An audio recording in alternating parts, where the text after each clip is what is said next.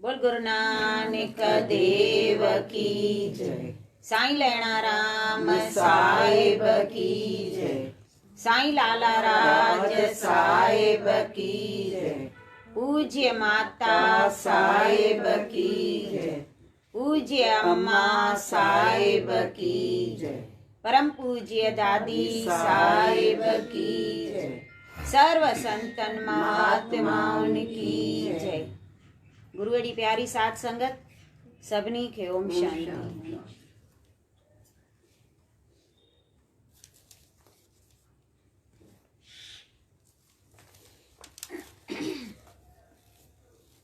भाङनि में एॾो सिखण जो मिलंदो अथव, कीअं गुरुअ जो क़दुरु कजे, कीअं गुरुअ जी शेवा कजे, कीअं उन जा वचन खणजनि, केतिरो वचन खणण मां फ़ाइदो आहे। इहो सभु भाङनि मां माना सिखणु मिले थो।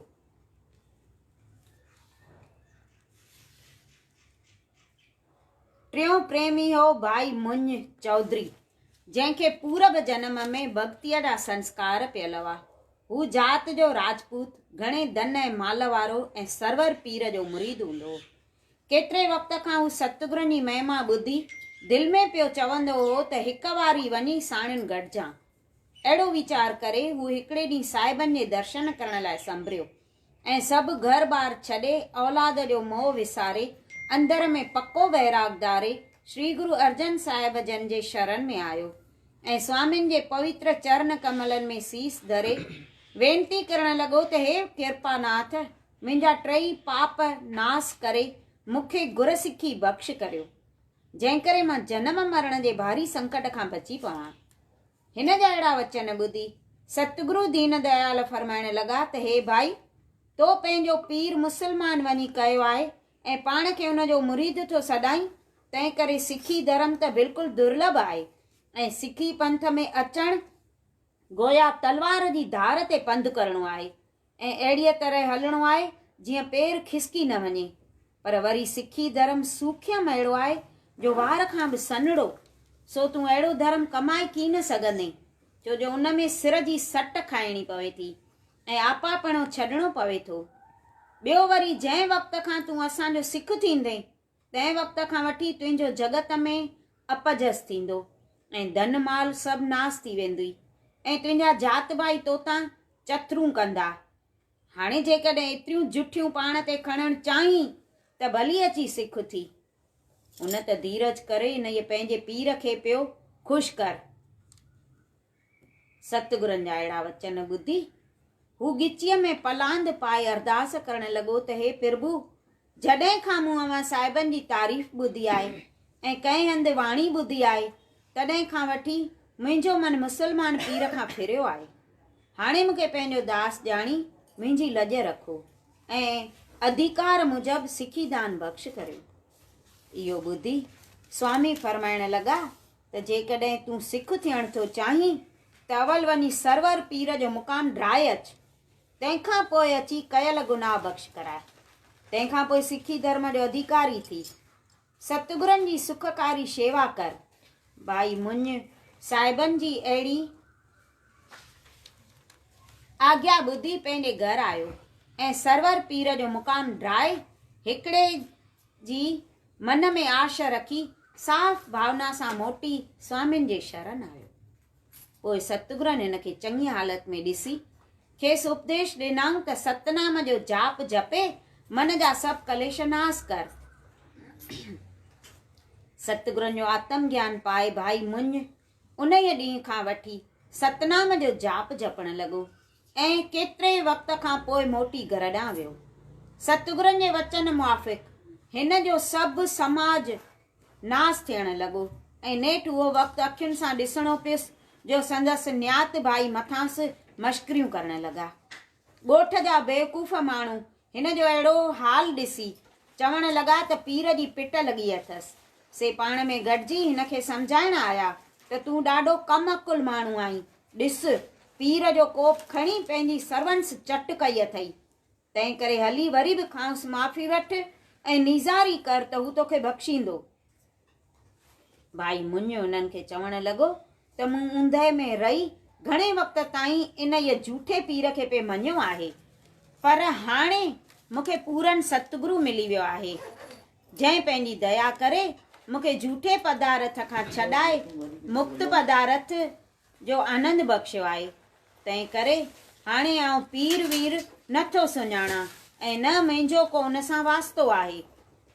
ॻोठ जे पंहिंचनि हिन जो अहिड़ो जवाबु ॿुधी संदसि घर जो रहियो खुयो टपड़ खणी खेसि पंहिंजीअ न्यात मां कढी फिटो कयो।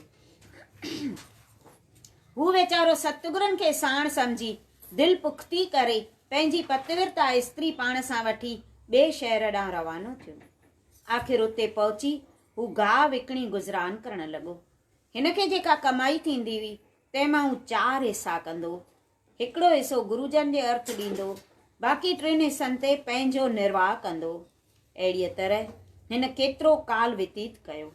हिकिड़े ॾींहुं सतगुरनि खे हिन जी यादगिरी थी ऐं हिनखे ॾिसण लाइ अरदासीअ सिख खे घुराए हुकुमनामो ॾेई सम्झायऊं त फलाणे शहर में असांजो हिकिड़ो ग़रीब सिख रहे थो, हुनजो नालो भाई मुञ आहे, सो पुछाए हुनखे वञी ही असांजो हुकुमनामो ॾे, पर पहिरीं हुन खां 21 रुपया वठी पोइ असांजो हुकुमनामो संदसि हथ में ॾिजांइ।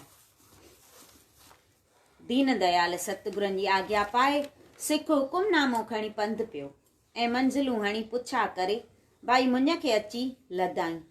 पोइ पाण में कुशल खेम पुछी सिख मुञ खे चयो त सतगुरनि तोॾे हुकुमनामो लिखियो आहे।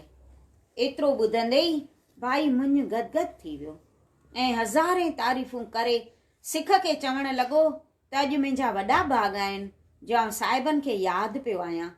तंहिंमें हाणे मूंखे इहो हुकुमनामो ॾे त दीदार करे मां पंहिंजूं अखियूं ठारियां ऐं संदन लिखण मुजब बजावरी करियां।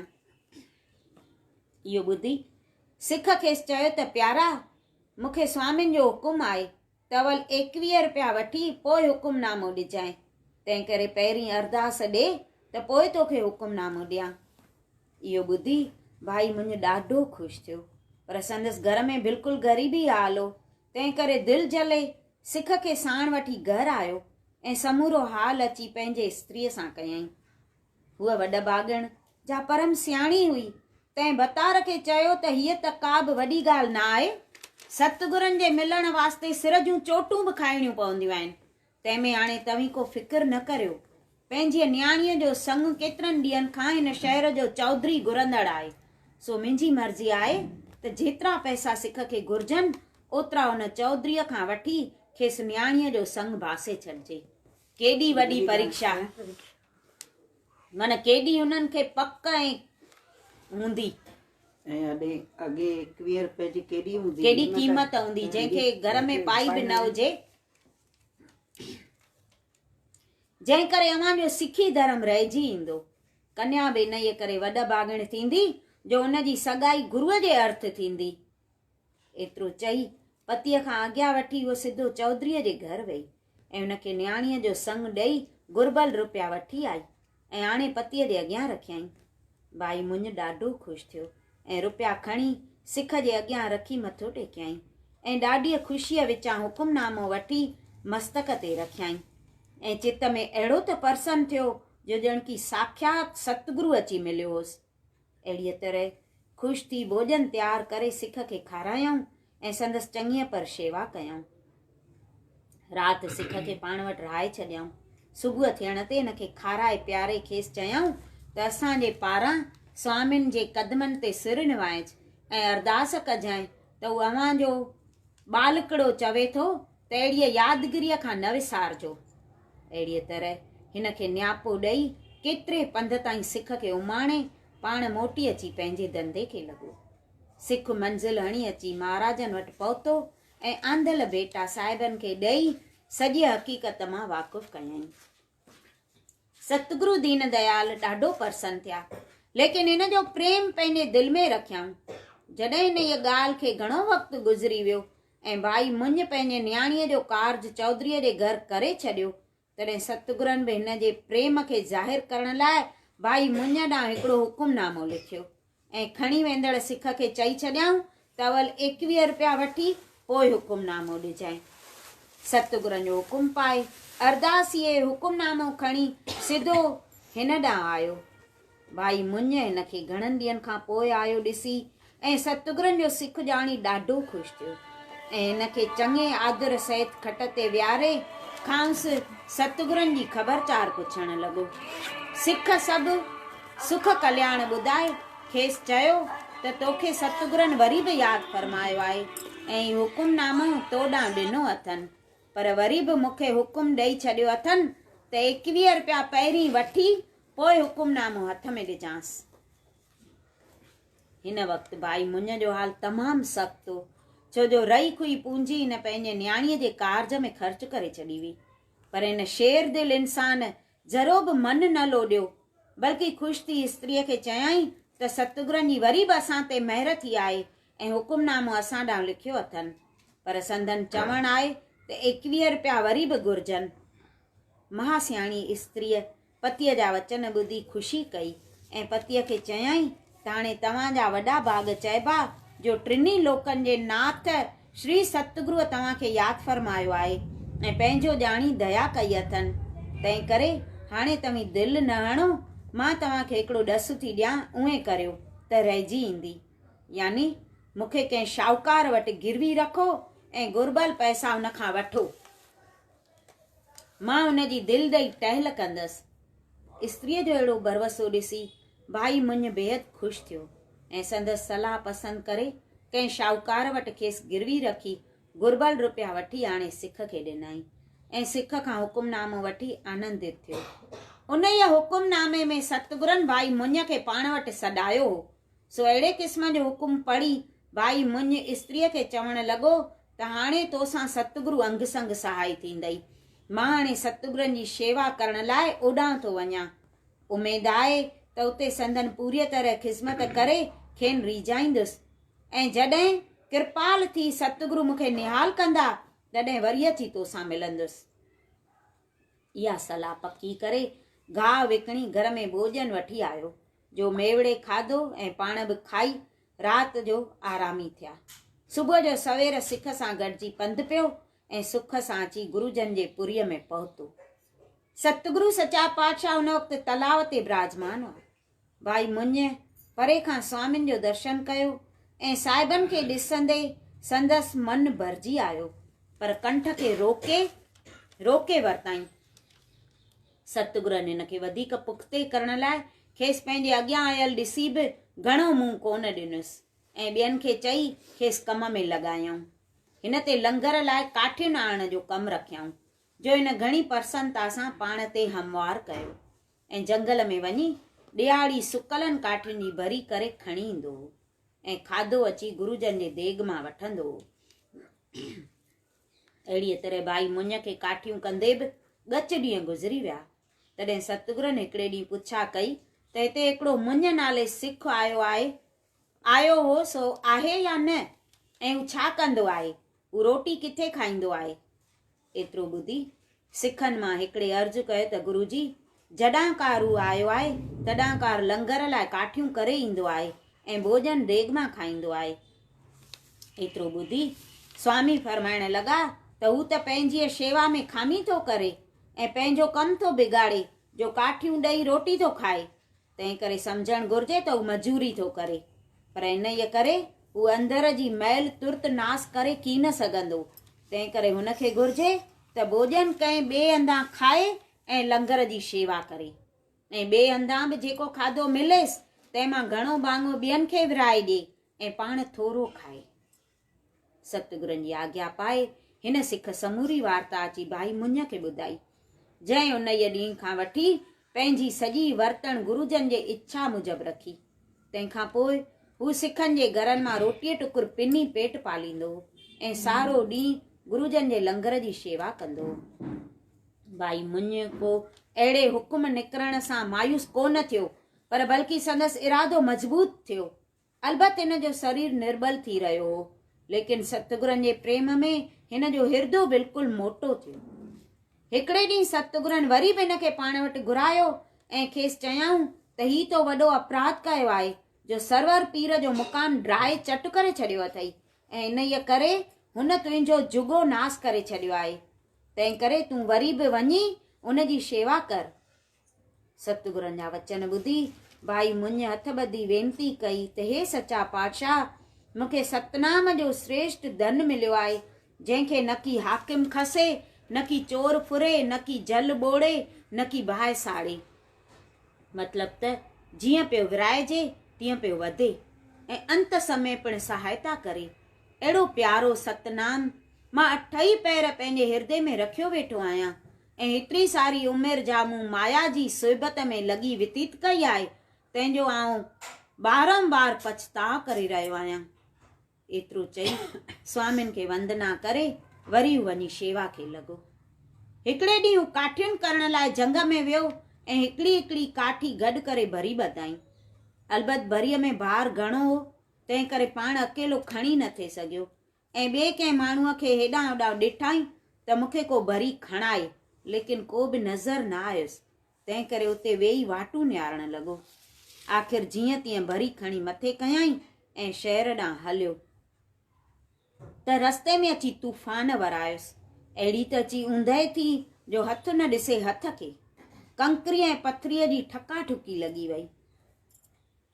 हवा बि हुयसि साम्हूं, तंहिं करे जीअं हू अॻिते कदम खणे तीअं वरी पियो पोयां पवे ऐं अखियुनि में धूड़ पइजी वियसि, जंहिं करे हेकारी व्याकुल थियो ऐं ख़बर न पई पवेसि त कहिड़े पासे वञी रहियो आहियां।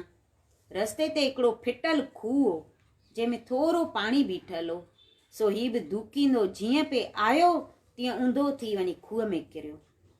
पर एतिरे हूंदे बि हिन भरीअ खे अहिड़ीअ तरह संभालियो जो हिनखे पंहिंजो ख़्यालु ई न रहियो ऐं अहिड़ीअ तरह भरीअ खे झलियाई त मतां पाणीअ में न भिॼी पवे ऐं लंगर जे कम में अटका न पवे, जंहिं करे उहा भरी साह वांगुरु सांडे कंहिं वाटाइड़ूअ खे ॾिसण लॻो।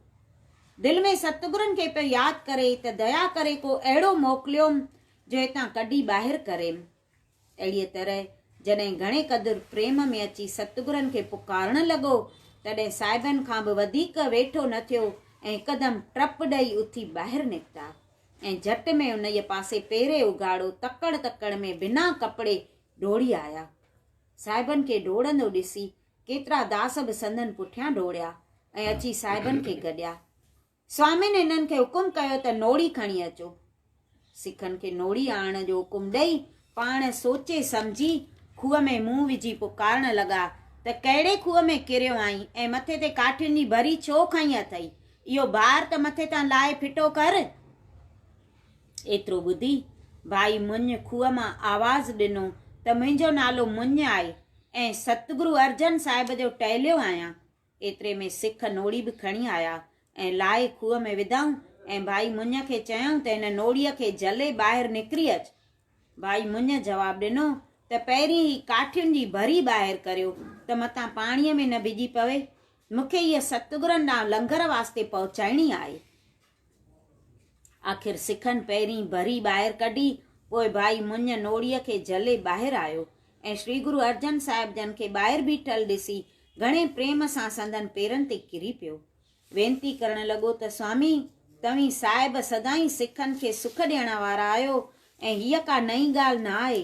तव्हीं साहिब दासनि जे भले लाइ हर का तकलीफ़ बर्दाश्त करियो था ऐं पंहिंजो बिरद ॼाणी सहायता करियो था। भाई मुंज जी निमाणी वेनती ॿुधी स्वामिन फरमायो त हे प्यारा, तुंहिंजी सभु कमाई क़बूल पई ऐं जगत जे सभु जंजाल खां छुटे, तंहिं करे हाणे तोखे जेको घुरणो हुजे सो घुरी वठ, जो असीं तो ते बिल्कुलु प्रसन्न थिया आहियूं। साहिबनि जा सुखदायक वचन ॿुधी भाई मुंज अरदास कई त स्वामी, मूं ते इहा दया करियो त सतनाम खां कॾहिं बि बेमुख न थियां ऐं 8 पैर तव्हां साहिबनि जा चरण कमल मुंहिंजे मन में वसनि। एतिरो ॿुधी स्वामिन फरमायो त ॿियो बि की घुरी वठ। तॾहिं भाई मुंज हथ ॿधी अर्ज़ु कयो त हे प्रतिपाल, पंहिंजे दासनि खे एतिरे क़दुरु न आज़मायो, मतां को अधीर्ज सभई आज़माइशूं सही न सघे। तंहिं ते साहिबनि फरमायो त प्यारा, सिखनि जा मन हमेशह कंचन वांगुरु हुअणु घुरिजनि। जीअं सोन खे बाहि में विझिबो आहे त थोरो घटिबो आहे पर पूरनि शुद्ध थी वेंदो आहे ऐं उहो कोठारीअ मां निकितल सोन सिके जे लाइक़ु खजाने दाख़िल थींदो आहे। तीअं सतगुरनि जा सिख बि जेके वॾीअ दिलि वारा आहिनि, उहे मोक्ष रूपी खज़ाने में दाख़िल थियण लाइ इन्हीअ तरह ॻोल्हिबा आहिनि, छो जो उन्हीअ खे असीं पंहिंजो रूप करे छॾींदा आहियूं, जंहिंमें हू निता प्रीत पिया आनंद वठंदा आहिनि। पर हाणे तुंहिंजी अहिड़ी अभिलाखा हुअण करे अॻिना असीं हिननि खे एतिरी तकलीफ़ की न ॾींदासीं, ऐं तोखे अञा बि की वधीक घुरणो हुजे त घुरी वठि। भाई मुंहिंज सतगुरनि जी आज्ञा ॿुधी बेहद ख़ुशि थी साहिबनि जे क़दमनि ते सीस धरे चवणु लॻो त सचा पातशाह मूंखे सिदक दान ॾियो ऐं ॿी इहा दया करियो त मुंहिंजो मन सभिनी पदार्थनि खां अचाह थिए। सतगुरु हिनखे प्रेम में पूरन ॾिसी बिल्कुलु ख़ुशि थी हेठियों महासुंदर शब्द उचारण लॻा। श्री मुखवाक मुंज प्यारा गुरु नू गुरु मुंज नू प्यारा, मुंज गुरु का बोय था जग लंघण हारा। तात्पर्य मुंज गुरुअ खे प्यारो आहे ऐं मुंज खे प्यारो गुरु आहे। मुंज आहे गुरुअ जो ॿेड़ो ऐं जग आहे उन ॿेड़े ते चढ़ी पार पवण वारो। केॾो वॾो मर्तबो ॾेई छॾियुसि। इहो मथियों शब्द उचारे साहिबनि भाई मुंज खे ॿांह खां वठी पंहिंजे छातीअ सां लातो, जंहिं ते हिकदमि हुन जा कपाट खुली पिया ऐं आत्म स्वरूप जो ज्ञान प्राप्त थियुसि। तंहिंखां पोइ स्वामिन खेसि हुकुम ॾिनो त तूं हाणे पंहिंजे घर हलियो वञ ऐं गुरुअ जे अर्थ वञी देॻ हलाए। तो वटि 9 निधियूं 18 सिद्धियूं हर वक़्तु ताबे में रहंदियूं ऐं जेतिरो समाज तोखे खपे ओतिरो पाण वटि रखिज। भाई मुंज खे इहा आज्ञा ॾेई सतगुरु पोइ डेरे ते आया। भाई मुंज सतगुरनि जी आज्ञा पाए पंहिंजे घर ॾांहुं रवानो थियो ऐं अची पंहिंजे कुटुंब सां मिलियो। उन ई ॾींहं खां पोइ भाई मुंज जो सारे जगत में नालो प्रसिद्ध थी वियो ऐं केतिरा मण अन्न जा हिन वटि हर रोज़ पचंदा हुआ, जिन मां कई बुखिया खाई ड्रव करे वेंदा हुआ। भाई मुंज पंहिंजे हयातीअ जा बाक़ी ॾींहं सुख सां पंहिंजे परिवार सां गुज़ारिया ऐं आख़िर में गुरुजन जा गुण ॻाए मुक्ति पद खे प्राप्त थियो। अहिड़ो भाई मुंज श्री अमृतसर खोटण में पंहिंजनि कुलनि ते मिटी खणी ॿाहिरि फिटी करण लॻो। बोलो सतगुरु देव भगवान की जय। भागन वारे जे घर इहा कथा बि निकिरंदी अथई। केॾो माना गुरुअ लाइ केॾो वरी गुरु बि केॾो थो करेसि, केॾो परीक्षाऊं अॻे एॾियूं वठंदा आहे। भाई मुंज असां ते सम्झ उपकार करे वियो आहे, जो इहो वर वठी वियुसि त कलयुग में अहिड़ी परीक्षा कंहिंखां न वठिजा, माण्हू न ॾेई सघंदा। गुरु बि त सिखनि लाइ एॾो कनि था न। अॼु हुन बाबा गोदड़ीअ वारे जो पढ़ियो त सिखनि खे घुमाइण वठी था वञनि त हिकिड़े भाईअ मिनी बस नई वरिती हुई। उहो सिंधी भाई हो, बस जो मालिक। त उहो उन बस में माना वञनि पिया आहिनि सिख, उहा बस कराए आया। त हुन भाईअ खे जो ख़बर पई त संत हिन बस में चढ़ंदा ऐं मां वरिती आहे नई बस, अञा मुहूर्त बि कोन कयो आहे बस जो, त संतनि खे चए थो त अॼु तव्हां पंहिंजनि हथनि सां हिन बस जो मुहूर्त कयो। त संतनि चयसि भले। हिन अॻियां गणेश कढी ऐं नारेल भञी ॾिनईसि ऐं कुझु लिखी ॾिनईसि संतनि। पर संत चवनिसि था हुन भाईअ खे त हाणे जेसिताईं पाण कानपुर लखनऊ खां कानपुर पिया वञनि, लखनऊ तां चढ़नि पिया, चईसि जेसिताईं पाण कानपुर पहुचऊं न तेसिताईं हीअ गणेश न रहणु खपे। हुनखे बि इहो माना वचन वेहिजी वियो दिलि में। हिननि हिकु मिनी बस बि कई, पुठियां 6 ॼणा हिकु टैक्सीअ में बि हुआ। त जीअं हलनि पिया अधु रस्ते ताईं पहुता त हाणे केॾी महिल उहा गणेश ड्रई वई कंहिंखे ख़बर कोन पई।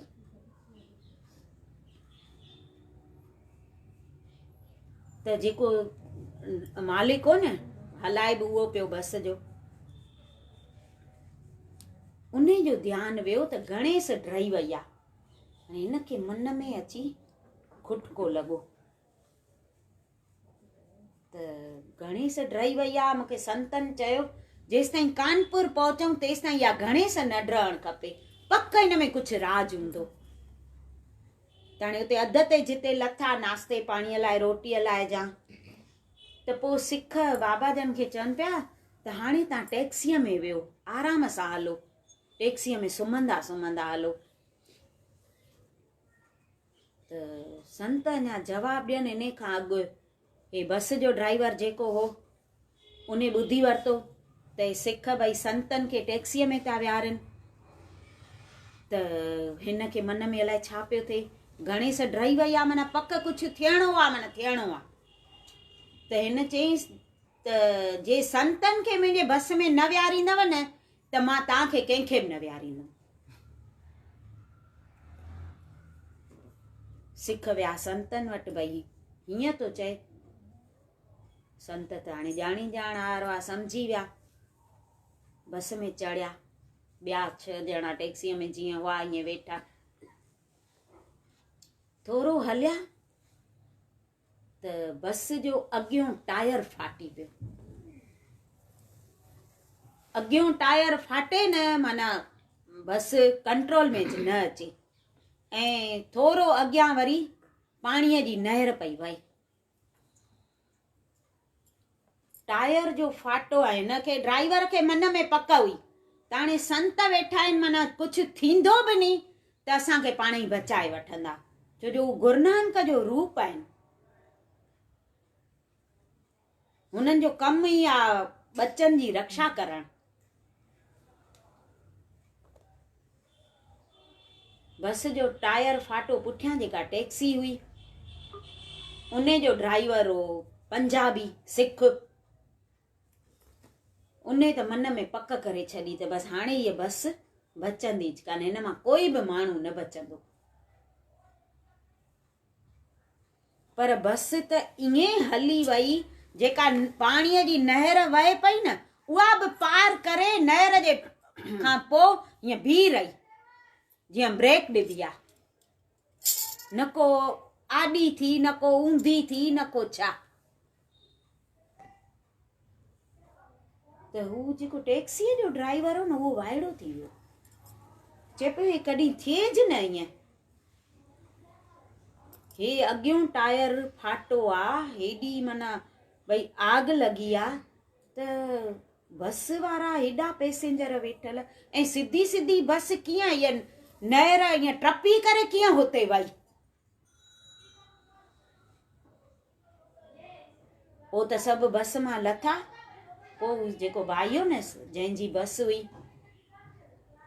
उहो सभु उन्हनि सिखनि खे ॿुधाए पियो त जीअं संतनि चयो न त इहा गणेश ड्रहण न खपे इहा गणेश विच में ड्रही पई न किथे ड्रथी उहा कंहिंखे बि ख़बर कोन पई पर मुंहिंजो ध्यानु सॼो इन गणेश में हो त इहा ड्रही वई आहे माना कुझु थींदो मुंहिंजो सॼो ध्यानु एॾे हो